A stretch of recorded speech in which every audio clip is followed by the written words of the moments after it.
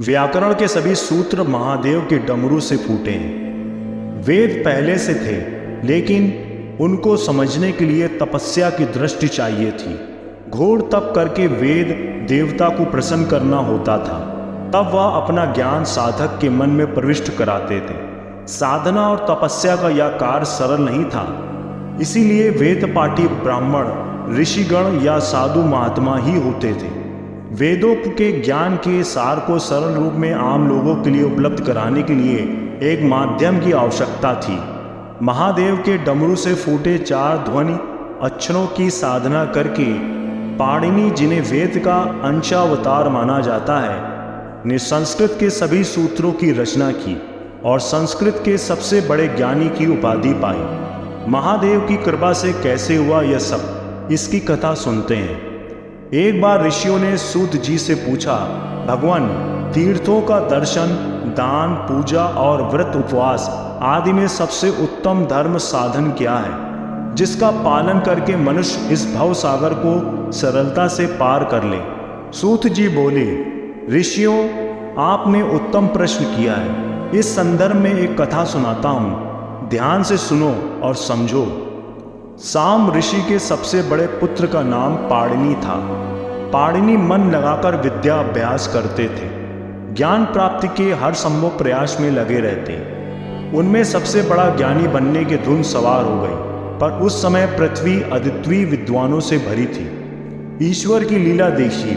एक दिन अचानक पाणिनि को देवयोग से यह आभास हुआ कि उनमें कुछ शक्ति ऐसी आ गई है कि वह कुछ असाधारण कर सकते हैं।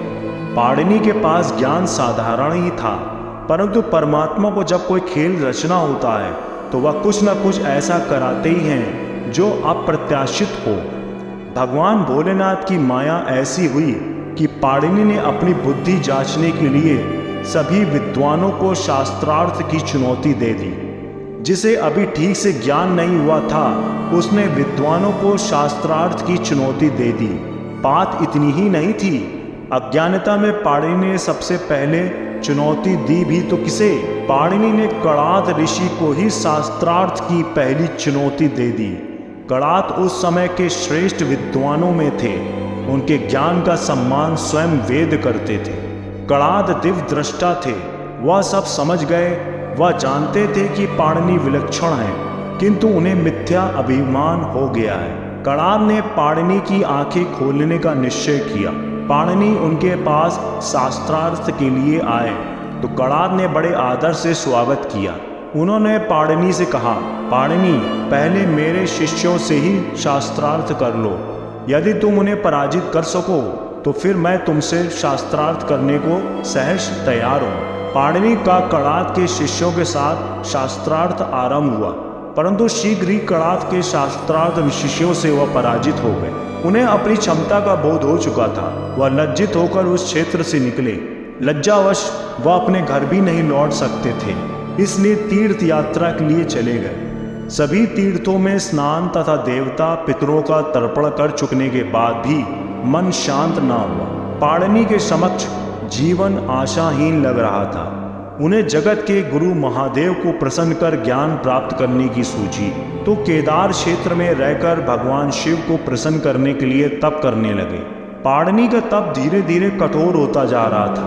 पहले तो वह पूरी तरह से वृक्ष के पत्तों के आहार पर निर्भर रहे। 7 दिनों बाद एक बार जल ग्रहण करते थे। इसके बाद 10वें दिन केवल जल ग्रहण करने, बाद में उन्होंने जल भी त्याग दिया और 10 दिनों तक केवल वायु के ही आहार पर निर्भर रहकर भगवान शिव का ध्यान करते रहे। इस प्रकार 28 दिन बीत गए। पाणिनि की कठोर तपस्या निरंतर चल रही थी। पाणिनि की प्रतिज्ञा उनकी तपस्या में दिख रही थी। अंततः शीघ्र प्रसन्न होने वाले अवघड़ दानी महादेव ने प्रकट होकर उनसे वर मांगने को कहा। भगवान शिव की स्तुति करने लगे। महान रुद्र को नमस्कार है, सर्वेश्वर सर्वहितकारी भगवान को नमस्कार है, विजय एवं विद्या प्रदान करने वाले भगवान महादेव को नमस्कार है। देवेश, मुझे मूल विद्या एवं परम शास्त्र ज्ञान प्रदान करने की कृपा करें। सूत जी बोले, हे ऋषिगणों, महादेव जी ने प्रसन्न होकर अपने डमरू से ध्वनि निकाली और उससे निकले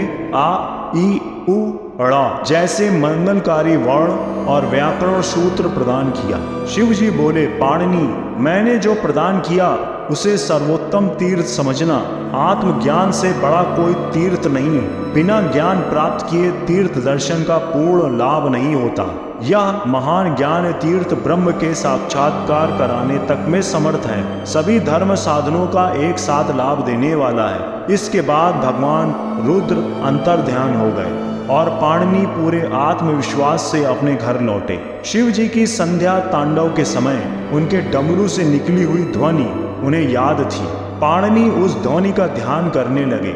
उन ध्वनियों के ध्यान से संस्कृत में वर्तिका नियम की रचना की प्रेरणा हुई और उन्होंने रचा भी। पाणिनि को भगवान का आदेश था कि समस्त तीर्थों का लाभ ज्ञान तीर्थ से प्राप्त करना है। उन्होंने एक स्थान पर आसन जमाया और डमरू की ध्वनियों के और रहस्य तलाशने लगे।